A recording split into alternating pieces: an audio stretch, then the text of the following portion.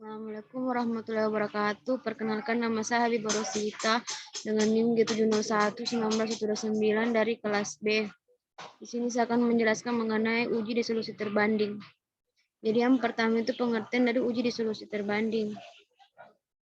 Jadi uji disolusi terbanding yaitu merupakan pengujian yang dapat digunakan untuk memastikan ekivalensi dan sifat-sifat produk obat.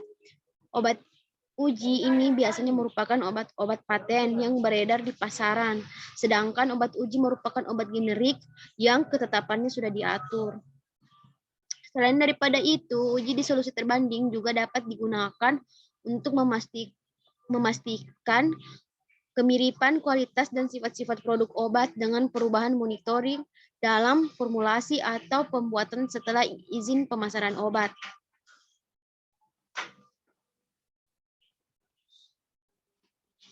Jadi pada uji disolusi banding itu digunakan alat dissolution tester. Jadi mekanisme kerja dari alat dissolution tester ini memiliki prinsip kerja, yaitu memberikan suatu tekanan atau kompresi pada tablet dan mengukur pada tekanan yang menentukan berapa jumlah tablet yang retak atau hancur.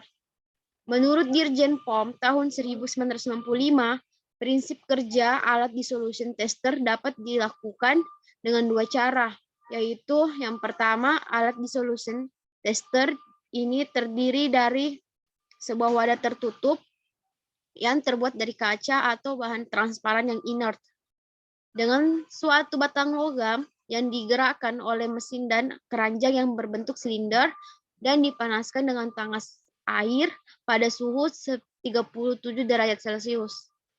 Yang selanjutnya yang kedua yaitu jenis alat laboratorium yang digunakan ialah yang terdiri dari daun sebagai dayun dan batang sebagai pengaduk. Batang berada pada posisi sedemikian sehingga sumbunya tidak lebih dari 2 mm pada setiap titik dari sumbu vertikal wadah dan berputar halus tanpa goyangan. Selanjutnya untuk monografi obat. Jadi untuk monografi obat terbagi menjadi 4, pH medium, volume sampling, dan panjang gelombang. Yang dimana untuk pH medium itu yaitu pH yang digunakan pada pH disolusi. Sedangkan untuk volume medium yaitu alat yang digunakan dalam volume air dalam bejana. Yang selanjutnya itu volume sampling. Jadi volume sampling itu volume yang dipipet, sedangkan untuk yang terakhir panjang gelombang, di mana digunakan alat pada uji dissolution tester. Selanjutnya yaitu syarat keberterimaan. Jadi untuk syarat keberterimaan itu terbagi menjadi 3 syarat. Yang pertama yaitu tiap unit tidak kurang dari Ki plus 5%. Jadi di sini dijelaskan bahwa dalam 6 sampel atau obat yang diuji itu dia tidak boleh kurang dari Ki plus 5%, di mana nilai Ki untuk metformin HCl itu 80%. Jadi misalnya tiap unit itu tidak boleh kurang dari Ki plus 5%. Jadi misalkan Ki sama dengan 80%, ditambah dengan 5 sama dengan 85%.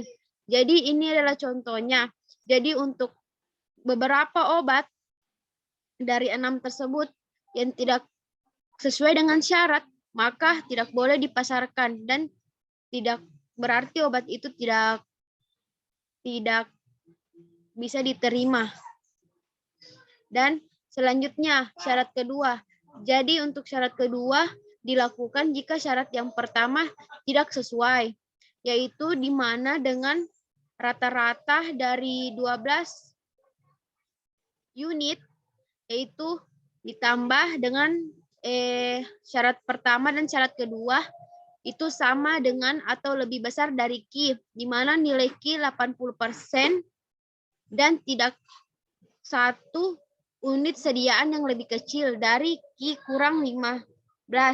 Berarti misalkan kita ambil contoh, nilai Q kan 80. Jadi 80 dikurang 15 sama dengan 65. Jadi dari 12 bahan yang diuji, obat yang diuji, maka dia tidak boleh nilainya kurang dari 65. Dan yang selanjutnya syarat ketiga, di mana syarat ketiga ini dilakukan jika syarat pertama dan syarat kedua tidak memenuhi syarat. Maksudnya,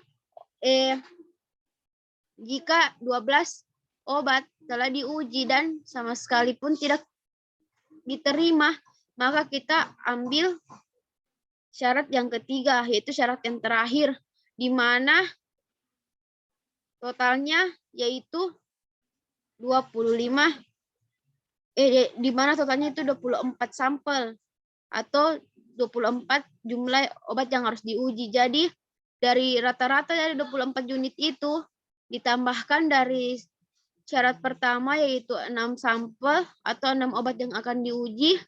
Syarat kedua juga 6 jadi 12.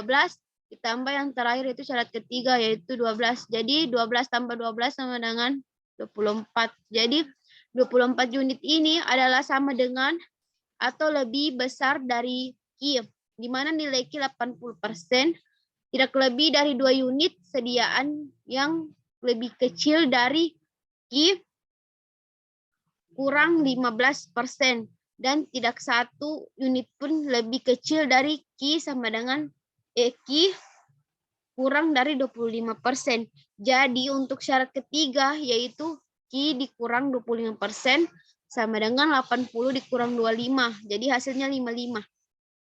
Jadi jika dalam 24 obat atau sampel yang diuji tidak memenuhi syarat atau nilai tidak mencapai dengan 55, maka obat tersebut tidak bisa diterima di kalangan masyarakat dan tidak diizinkan untuk edar. Selanjutnya saya akan menjelaskan mengenai penggunaan aplikasi untuk mengukur syarat keberterimaan.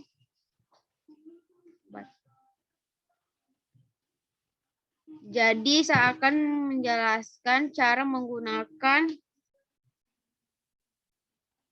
yaitu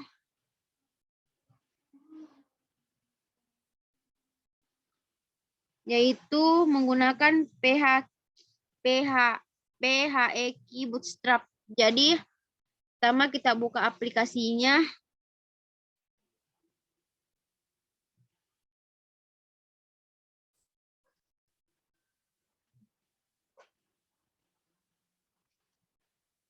Jadi ini dia contoh aplikasinya, di mana ini untuk mainnya kita gunakan ada cost reference file dan cost test file, dan number of bootstrap yaitu nilai dari number bootstrap yaitu 500 yaitu 5.000 yaitu artinya maksimal 5.000 kali percobaan. Dan untuk convention interval dia tadi nilainya itu sama dengan 80. Dan ini untuk sampling mode yaitu di mana individual values dan wall vector, di mana kita menggunakannya wall vector. Selanjutnya kita tes untuk obat pertama.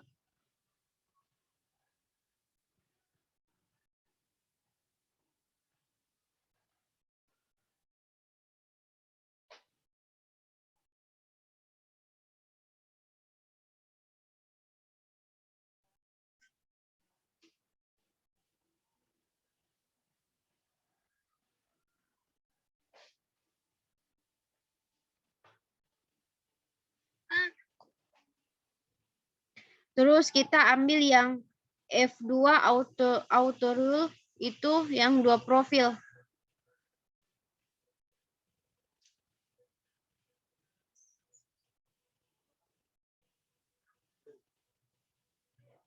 Kemudian kita tekan start.